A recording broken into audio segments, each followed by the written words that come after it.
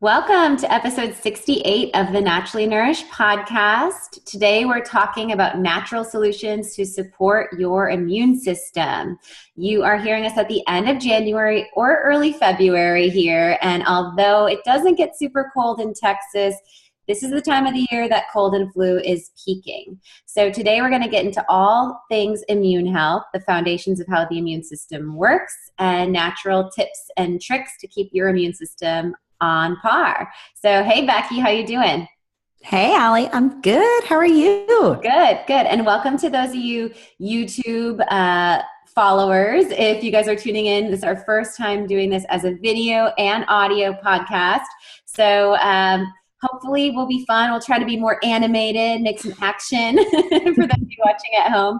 And Becky and I got out of our pajamas just for you. So At least from like here down. I may be wearing slippers. It's true. Yeah, no, I am too. True confession. Yes. Okay, so let's jump right in then, Allie, and let's talk to listeners about what the immune system actually is and how it functions in our body. Sure. So the immune system I like to think of as the surveillance system essentially of the body. So it's our natural defense mechanisms that are supposed to protect the body and organs and healthy tissues from foreign invaders. So these could be things like pathogenic bacteria, these could be viruses, these could be parasites, or even abnormal malformed tissue like we start to see with the onset of cancer. So it's the immune system's job to identify and detect something abnormal and then call in to guard all of the natural defense mechanisms. Okay, and then let's talk about what the key players are of the immune system. So we've heard of like white blood cells, but let's elaborate on that. Sure. So without getting too nerdy, there are innate responses and chemical responses to the immune system. So our innate systems include our barriers. So our barriers could actually be like, for instance, your skin is a barrier. So that protects us from exposure. We also have barriers along our mucosal lining. So this is what lines our interior lining of our gut. When we're talking about like leaky gut, that barrier lining gets damaged. We also have barriers within our respiratory tract, in our ear, nose, and throat area. And so the first kind of innate line of defense is structural, and that's based on a barrier, blocking exposure, basically.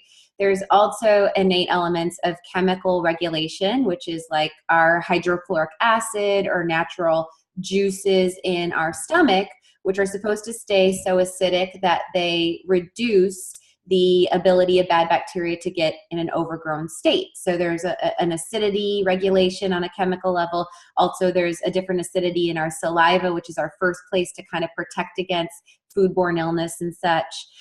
We have biological influences within this innate immune regulation, which is our bacteria on a favorable, like our commensal or probiotic flora, and those can be natural defenders against foreign invaders. They can also help to break down foods to be more less foreign or less abrasive, so they help to break down digestive elements.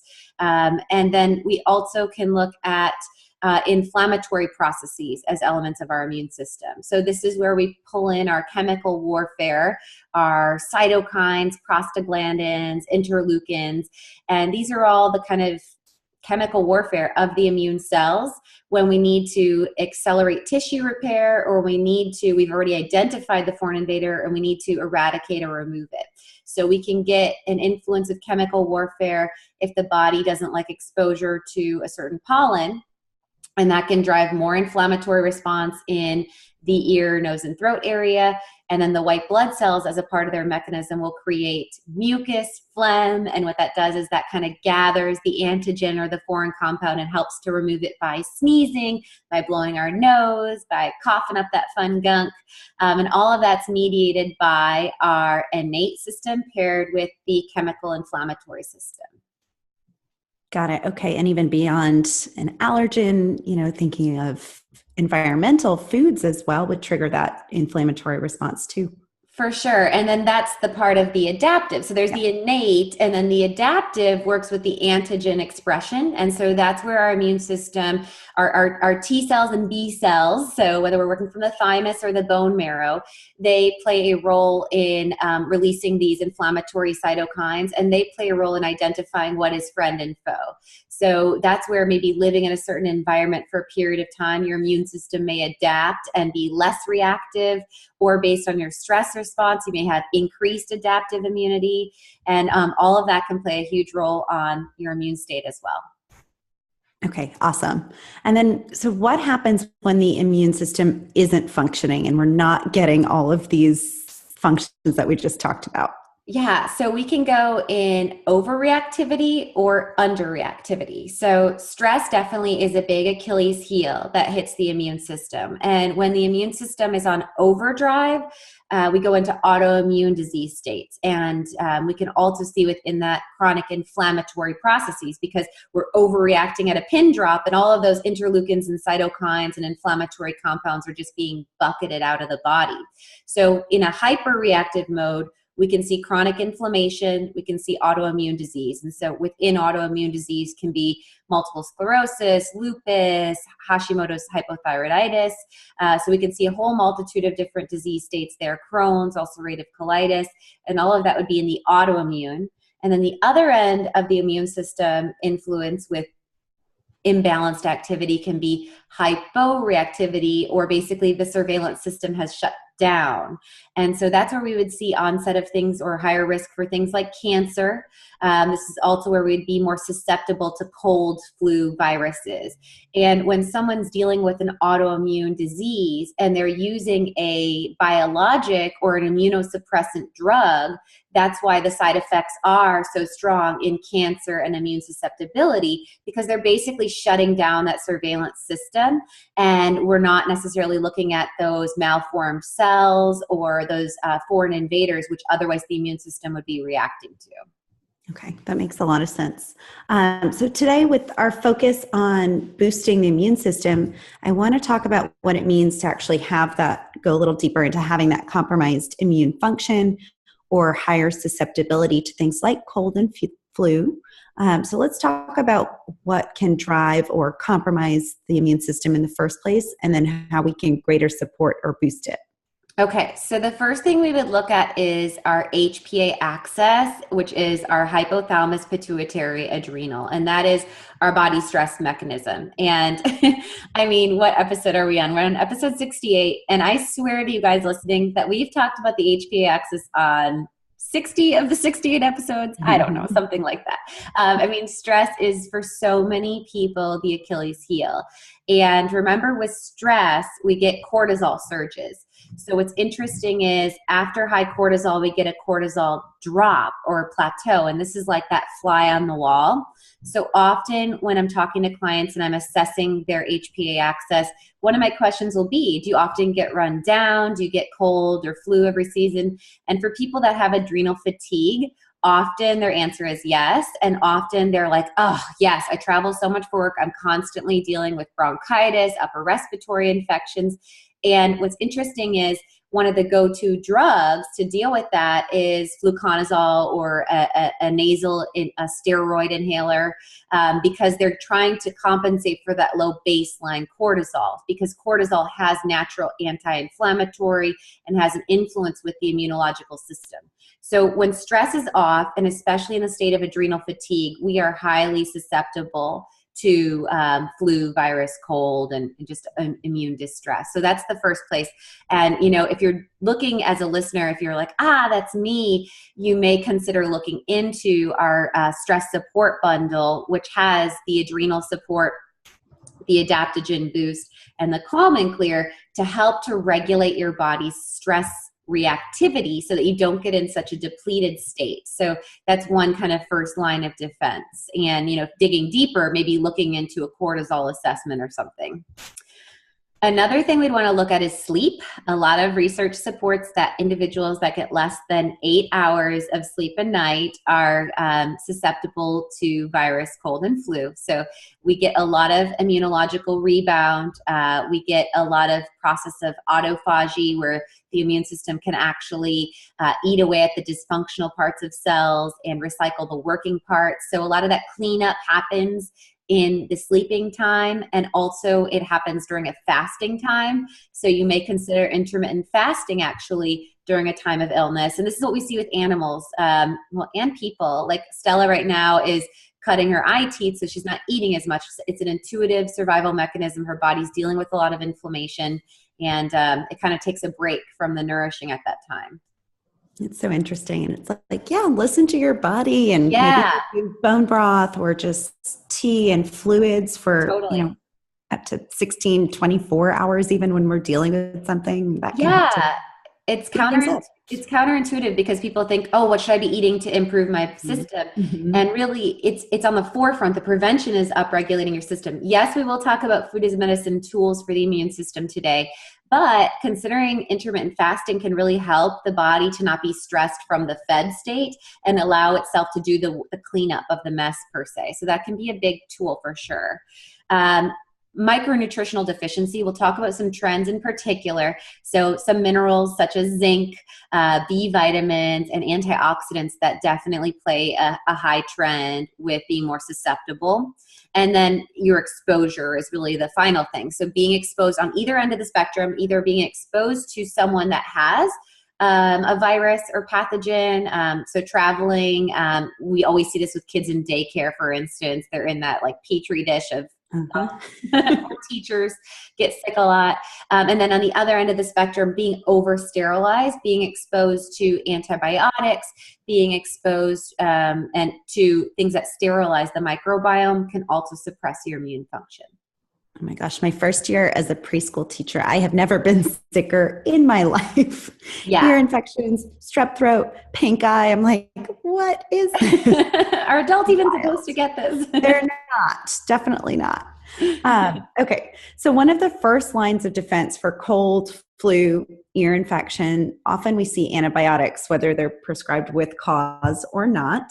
And I know this has been one you've been really focused on avoiding as much as possible with Stella. So let's talk about the influence of antibiotics. Yeah. So ear, nose, and throat and ear infections in general are the number one cause of prescribed antibiotics in youth, especially in the first 2 years of age. And the concern of that is that there's strong trend of dermatological issues. There's an increase of eczema at 6 times increased rate with use of antibiotics before age 2, and that's even just a single dosage.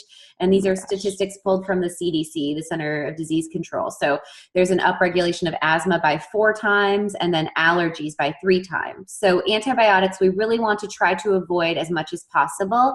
And usually an ear infection is first started with a viral infection in the upper respiratory tract. And then the eustachian, I believe it is, tubes, I'm not sure if that's pronounced correctly, but it's the eustachian tubes get really swollen and fluid gets trapped in the middle of the ear that cannot drain. And so ear infections can have varied degrees of severity, remembering that they start as a viral influence, which antibiotics would not help with, but often that fluid in the ear can become bacterially mediated, which then the antibiotic would be warranted as needed. But, really the first line of defense is trying to avoid that in the first place. Sure. And so how would we prevent ear infections or what are some guidelines for avoiding? So one of the first ones that I'm pretty staunch about is avoiding all dairy and all grains until the child has fully cut their molars. And that's because there's different pressure in the ear, nose, and throat canal when we're working through the teething process. And so cutting the molars usually is around 18 months, somewhere between 14 to 20 months really. But so as they're cutting those molars, that shifts pressure, which can play a role with those ear canals. And the issue with dairy is that it is mucus forming. And so that is going to cause a little bit more phlegm and buildup. And there is trends with cow's milk allergy and recurrent otis media, which is recurrent ear infections. We've seen that in clinical research as well. So just being preemptive and keeping out cow's milk is a big benefit.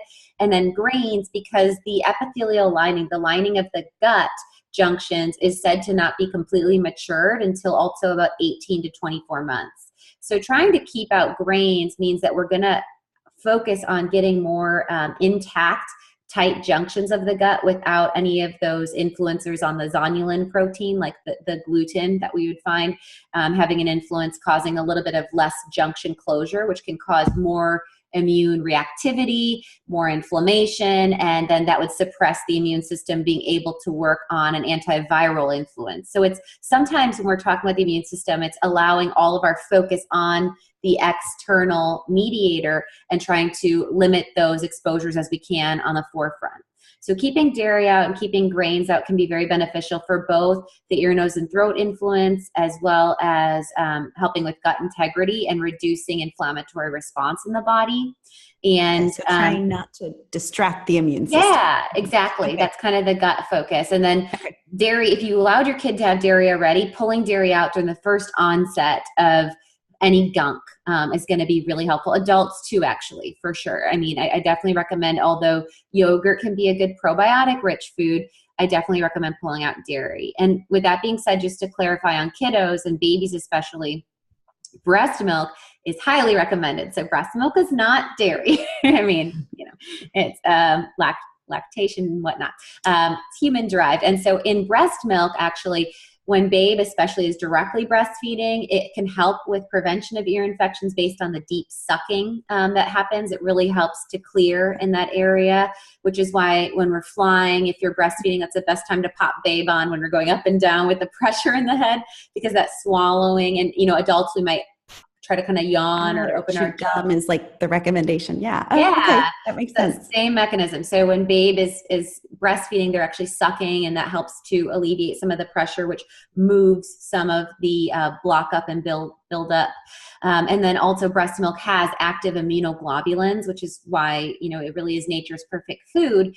It has active immunoglobulins, which help to support the immune system activity. And then it also has HMOs, human milk oligosaccharides, which are natural barrier defenders and help to feed good bacteria activity. So breastfeeding would be a very positive thing. And then probiotics within that, for babe, all the way up till age 2, I really like the Ultraflora Baby, and I'll put a link to that in the show notes.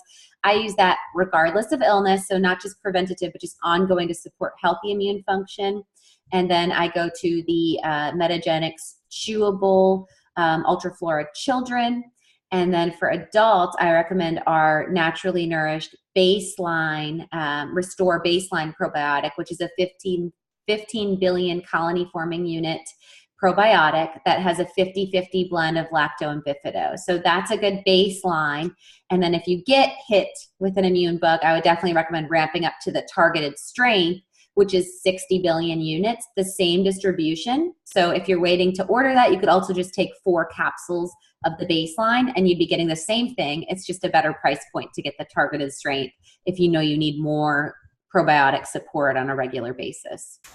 Okay, and I'll make sure that we link to all of these products in the show notes. Yes. So beyond removing dairy and grains and, avoidance of those and the use of a good probiotic, what about managing fluid intake and managing kind of that fluid buildup in general? Yeah. So the big thing that we look at is maintaining lymphatic flow when we're looking at ear, nose, and throat concerns. So this, as I'm speaking to still ear infections because of the high prescribed antibiotics, and that's something I really want mamas to listen to, but adults too. If we're talking about, when we get inflammation in the ear, nose, and throat area, even during like cedar pollen, that's really bad right now, we can get swollen lymph nodes in the throat area. And so that's all a sign of that distress.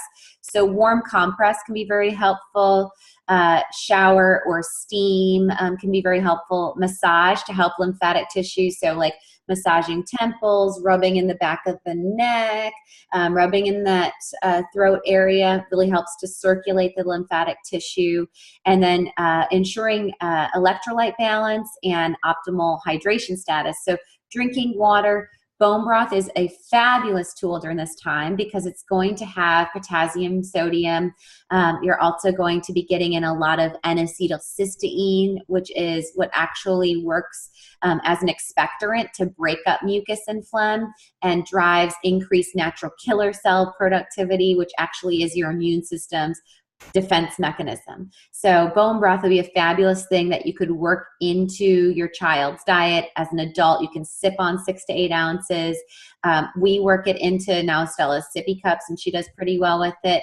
When she is off of it or has a little, sometimes she goes on those defiant food things, we will at those times try to incorporate into like a casserole or something like that, and it works really well. Sure. And then like a steam shower, you said with essential oils, any particular oils that you would recommend? Yeah, so eucalyptus really helps with bronchial dilation, and that's what we think of like back in the day, like the Vicks vapor rub. So that can definitely help. And then thieves is another one. As long as for really quality inhalants, we just like to be very mindful of the big picture influence with children. So I don't like to recommend kids to directly use them as inhaling, but like to dab in a hot bath on the shower wall would work really nice, or as a passive diffuser in the room would be fine too. Okay, awesome. And then I know you have a couple more tools for both ear infection and flu prevention. So let's talk about those. So the Mullen garlic drops by Herb Farm are phenomenal. Yes, you will smell a little bit like pizza. We're laughing so hard because it doesn't have oregano in it, but it must be just the olive oil with the garlic that just, it's nostalgia, it pulls that up. But just 1 to 2 drops per ear. So it has antiviral and antibacterial properties, both the olive oil and the mullein and the garlic. And so it can help with swelling and inflammation and pain, but it can also help with moving the stagnant fluid, which can help to prevent infection and actually fight off bacteria. So we actually do this preemptively anytime Stella flies, like 3 days prior, and then when we arrive in our destination. Also, again, because there's that pressure in the sinus area. And then anytime we see her like pulling on her ear or any early onset, it's a great tool. And we've made it, knock on wood, 19 months without a full-blown ear infection. She's had a couple moderate or mild that we've had looked at. And we've brought her back in for an advanced checkup. And doing the mullein and garlic oil drops 2 times a day has really helped 5 days in a row to kick it out. So we've been in good shape there. The other thing for kind of comprehensive immune support, and the garlic mullein drops are great for adults too. So even if it's not maybe an ear infection that you're prone towards, but it's an ear, nose, and throat, remember that that's one of the best deliveries to get into that area. So dropping those into your ears, again, twice a day, 5 days in a row on a higher onset, or like once a day for a preventative measure would work really nicely. And then the other thing I love is the Elderberry Syrup by Gaia. And it's interesting, I was talking to a client about another brand, I won't brand bash, but another brand of lozenges, and they have a bunch of other products, and they're elderberry as well. And we looked at the dosage, and it was 12.5 milligrams. Well, 1 teaspoon of the elderberry syrup by Gaia is 1.9 grams, or 1,900 milligrams. That's a big difference. I'm like, this is 12, this is 1,900. I was like, so there is clinical research showing actually the use of concentrated elderberry during a time of onset from incubation of exposure to different viruses and even flu strain. And it is very supportive of your natural immune system and can help with eradication when taken at an effective dosage. So we'll put a link in the show notes to one that's on our Amazon store, and it's pretty widely available. So there's dosage instructions actually on the bottle, starting with at years of under 2 years all the way through adult. Okay, so you've used this with Stella, and you and Brady use it as well? Yeah, okay. We use it also kind of pre-flying. It's been shown now it's kind of the big wig taking over where echinacea used to have a big hit. I think it's right now the most clinically sound natural compound to help with cold and flu. Awesome. I need to pick up a bottle And of it that. tastes delicious. It's really good. I was putting it in Stella's water bottle, and we got in a little issue because she noticed it, and then she kept acting like I was poisoning her and would be like, nah, to all of her water. So now I just say, we're going to take your elderberry, and we just do it in a syringe, a half teaspoon, and she's fine with that. So Okay. sometimes it's better to not trick your kids. Just like, I know what you're doing. Yeah. Let's talk a little bit more now that we're on this topic of food as medicine for immune support. So what other foods can we bring in? So one of the big ones, like I mentioned, probiotics are key. So for those of us that aren't breastfeeding, like as the baby, which is all of us probably listening, unless those that are passive and can't control it, we aren't going to have access to breast milk. So the next best line of defense, and like I said, yogurt and kefir can be great probiotics during the year when you don't have mucus, and if you tolerate cow's milk or dairy. You can use, sheep's kefir or goat's milk kefir and things like that if you do better with different dairy proteins. But if you have active cold and phlegm and upper respiratory gunk, I recommend staying dairy-free and using other probiotic cultured foods. So we're talking about cultured vegetables, pickled vegetables. We're talking about also, so this could be like pickled carrots, it could be sauerkraut, it could be beet kvass. It could be Hat Creek has a bunch of different fun pickled stuff like okra. Farmhouse Cultures has some curried pickled cauliflower. So there's a bunch of brands now on the market. And then there's even that Gut Shot by Farmhouse Cultures, which you can do like an ounce of. It's glorified pickle juice, really. And so these work really nice to help to inoculate the gut and to give the body those natural defenders on the immune system, and also upregulate the removal of bad bacteria and even viruses. Awesome. So that baseline probiotic kind of as a first line of defense. And then if we are actively fighting something, you said to bump that one up. Yeah. So as far as foods, foods are great. And then on top of that, I would definitely take a probiotic a day. I think a probiotic a day keeps the doctor away in so many different disease states. And the Restore baseline probiotic of ours is that 15 billion. But if you know that this is a time of the year that you're susceptible, or especially if you had to go on an antibiotic, I definitely recommend after being on an antibiotic, follow in with the targeted strength and the spectrum. Because the targeted strength is, again, that 4 times density of the baseline. And then the spectrum has over 10 different strains. So you're getting more of, as it sounds, a wide spectrum of support from that sterility factor of the antibiotic. So you would actually keep the baseline probiotic at bed while you take the antibiotic, and then following the antibiotic, you'd follow with the targeted strength and spectrum 1 and 1 at bed until those bottles are gone. And then you could go back to the baseline. Awesome. I think that's super helpful. And then what about, let's go back and circle back on garlic as a food instead of just something we put in our ear. Yeah. Yeah. So garlic has been really discussed kind of since the plague days. Beyond keeping away vampires, they have this compound called allicin, and the allicinin is going to be more bioavailable if it is exposed to oxygen. Mm-hmm. So when you're chopping your garlic, you actually want to kind of start your recipe with that, allow it to hit oxygen for like 10-15 minutes, and that helps to activate the natural compounds that support your immune system. And they're these sulfur-containing compounds that are going to be, again, antiviral, antibacterial, and antifungal, and also can influence parasitic activity in the body. So garlic is great. And, most recipes start with sauteing garlic and onions. So you can always double that. You can roast a whole bulb of garlic. I like to do that during this time of the year, where you just cut off the top.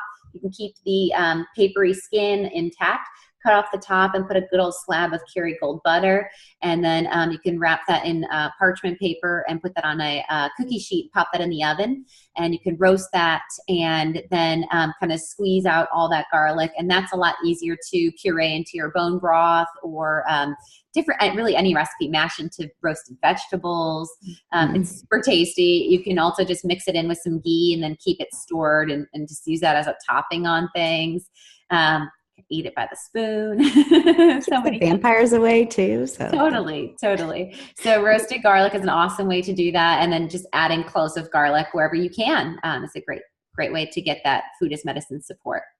Awesome. We do the roasted garlic in our cauliflower mash this time of year just because it Ooh, tastes so good. Tossing yeah. an entire bulb of garlic in there. Yeah, and we'll put that simple recipe in the show notes as well. And also over on the blog, we'll link to a blog I put out with supporting your immune system, which has a couple of these tips as well. Awesome. And then let's go back to bone broth and talk about that a little bit more. Sure. So I think I talked about the fact that it's an expectorant, so it breaks up mucus and phlegm, and that's because it does have N-acetylcysteine in it, which is a precursor to glutathione, the granddaddy antioxidant. Bone broth also has glutamine and glycine. So glutamine is the amino acid that is a fuel source and building block to help to seal our gut. So that's where it's so popular with like autoimmune diet protocol and helping with preventing food sensitivity and food reactions. So getting that glutamine in the bone broth paired with gelatin and collagen kind of further accelerates that. It's like a facelift for the gut. And then gelatin and collagen also supports hair, skin, nails, connective tissue, joint pain. So really is a big therapeutic. But the fact that the saltiness paired with that liquid expectorant for cold, flu, and viral, and then has the ability to upregulate our white blood cell response and our natural killers is going to be a really big way to really support the immune system.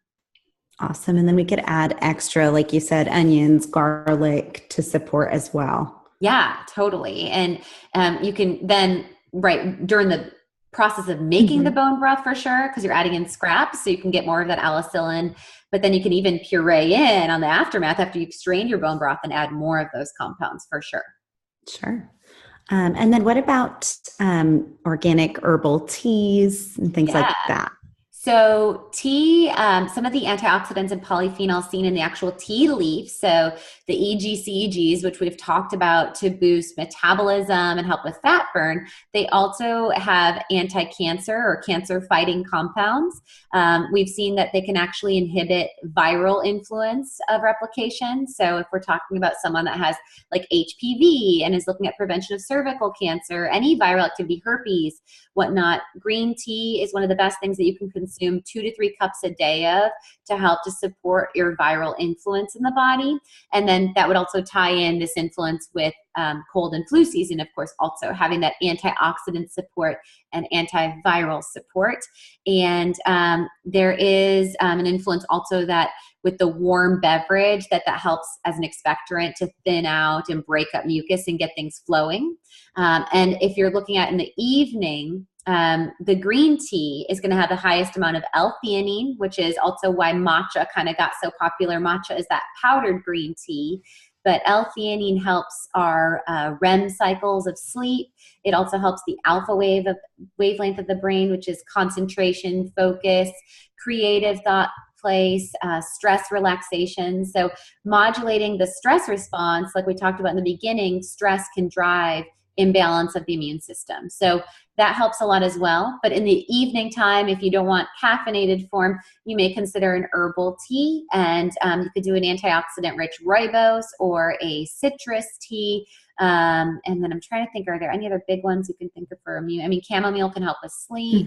For sure. There's a lot of ginger and turmeric blends and things like that. And then there's like astragalus. If you can find astragalus root, ginseng. Well, ginseng would be a little bit of an excitatory for sleep, wouldn't be good, but astragalus would be fine in the evening. And that would be also supported. Rose hips are really good vitamin C. So a lot of those blends also would support the immune system for varied reasons.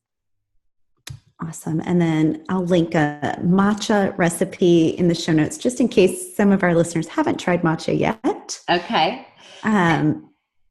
What about Master Tonic? I know. It's like, wait, one of my favorite. Maybe you should. Yeah. How about you talk about the Master Tonic, Becky? Because you have the goggles to prove. I sure do. So, disclaimer, if you make this recipe, I highly recommend wearing onion chopping goggles or protective eye gear or sunglasses or something, because it is so full of those sulfur containing compounds. So it's garlic, onion, horseradish, ginger. I think we add oregano, Spiciest peppers and you then can find. the spiciest peppers that you can find, like a full cup of those, and either chop by hand, which will take you a really long time, or you can do it in your food processor. But that like noxious gas that you get when you open the food processor I think it could kill a horse. So, so you blend all that up into a puree, and then you soak it with the Bragg's apple cider vinegar, which has the mother. So the Bragg's apple cider vinegar is going to have the probiotic in there already. So we get those positive Saccharomyces strains, and you allow it to ferment for about 7 to 10 days, upwards of 14 days. And then you strain it all off. And at that time, that liquid you can keep in the fridge and take like an ounce a day. It's going to be very bitey, very volatile, but it has a lot of antifungal, antiviral, anti-parasitic, antibacterial fighters, and it definitely works as an expectorant. It gets the juices flowing for sure. oh yeah. I've given this one as a gift because friends hear me like never getting sick, or if I get sick, it lasts for a day. And yeah, I'll give them a jar of this. I'm like, please proceed with caution. Not a joke, but it's good stuff. Yeah, we did it in a immune supporting cooking class that Becky and I taught. Oh yeah. And it was just always a fun to like cheers to your health and then like watch the aftermath. Mm-hmm. One other note I was gonna say is when you strain off the liquid, you can use, I've been known to freeze some of that.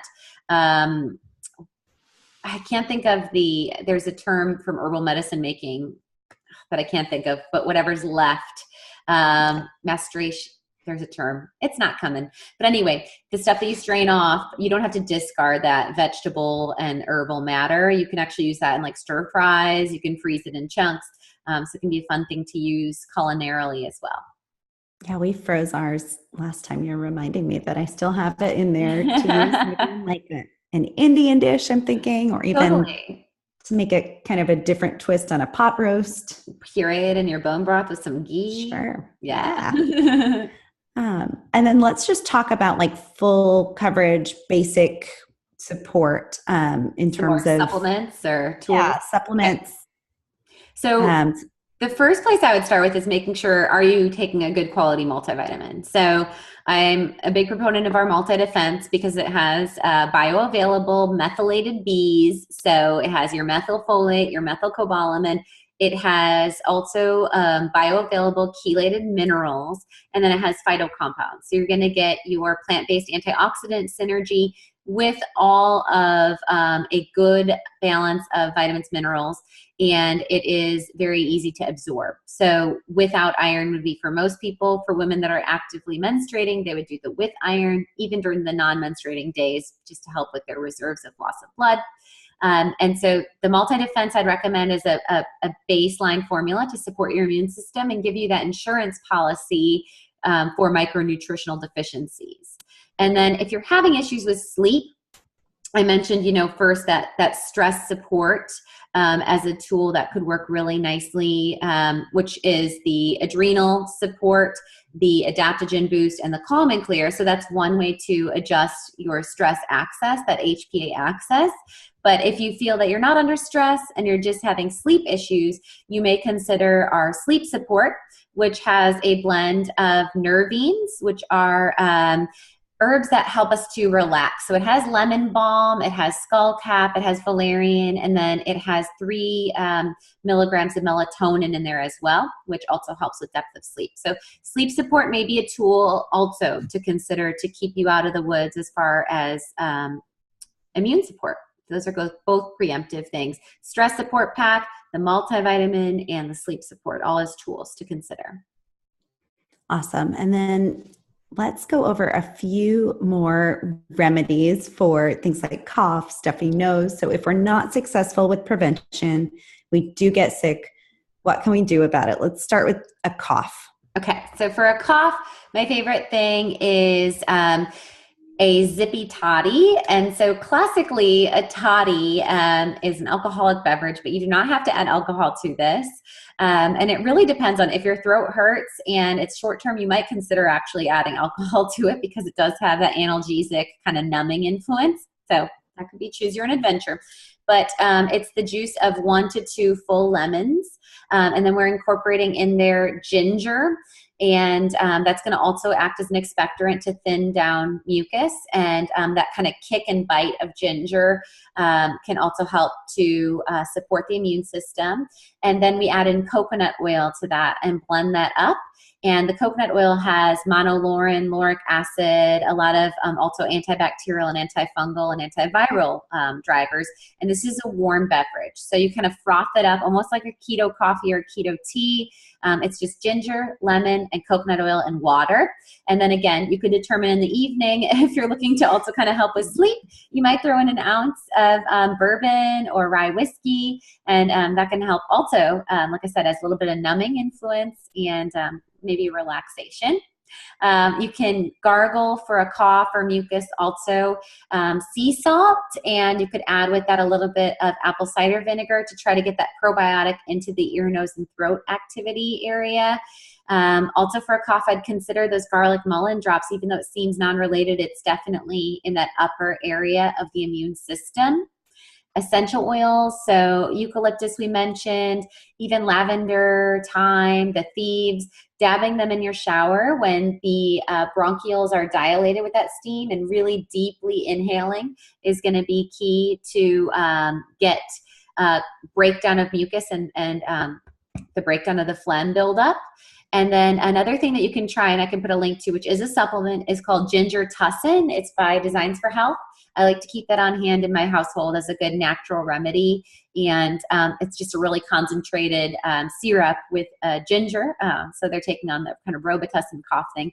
And ginger has some antispasmodic as well. So it helps to reduce, just like it's an antiemetic, anti-nausea, it has antispasmodic. So if you're having a lot of that coughing going on, it can help to soothe and cool that out. Awesome. And then what about a stuffy nose? So stuffy nose, I'd also lead with the garlic mullen drops, but the next thing I would think too would be neti pot. So neti pot, you can use just saline or a sea salt solution. You can also mix a little bit of colloidal silver in that. Usually like 10 parts per million is what we're looking at as far as using as the neti pot. Basically, you work with gravity and it's supposed to go through one nostril, out the other, and that helps to clear any buildup. And so colloidal silver would support on a antiviral and antibacterial level, also within the movement of the warm water. And the sea salt just kind of works as a saline. And then another thing you could try within that is half of a probiotic capsule. So taking the Restore Baseline probiotic and putting half of that in a neti pot. I wouldn't use that with the silver because you're kind of working against each other, but either or would be fine to consider. We actually even do that with like a candida cleanse. If people get a lot of wax in their ears or a lot of that movement where we're battling bacteria and fungus, we can often get a translocation or a relocation of that bacteria to other areas in the biome. And so that can be a preemptive support as well. Another thing as far as stuffy nose would be essential oils. So same recommendations, you could add peppermint to the list, rosemary, and you'd be doing them more as like a warm towel as a direct inhalant to kind of break up in the nasal pathways. So all those would work really well. And even a sea salt nose spray could be considered too. And then bone broth for all of these things, of course, I would say bar none, and the probiotics, like foundational, right?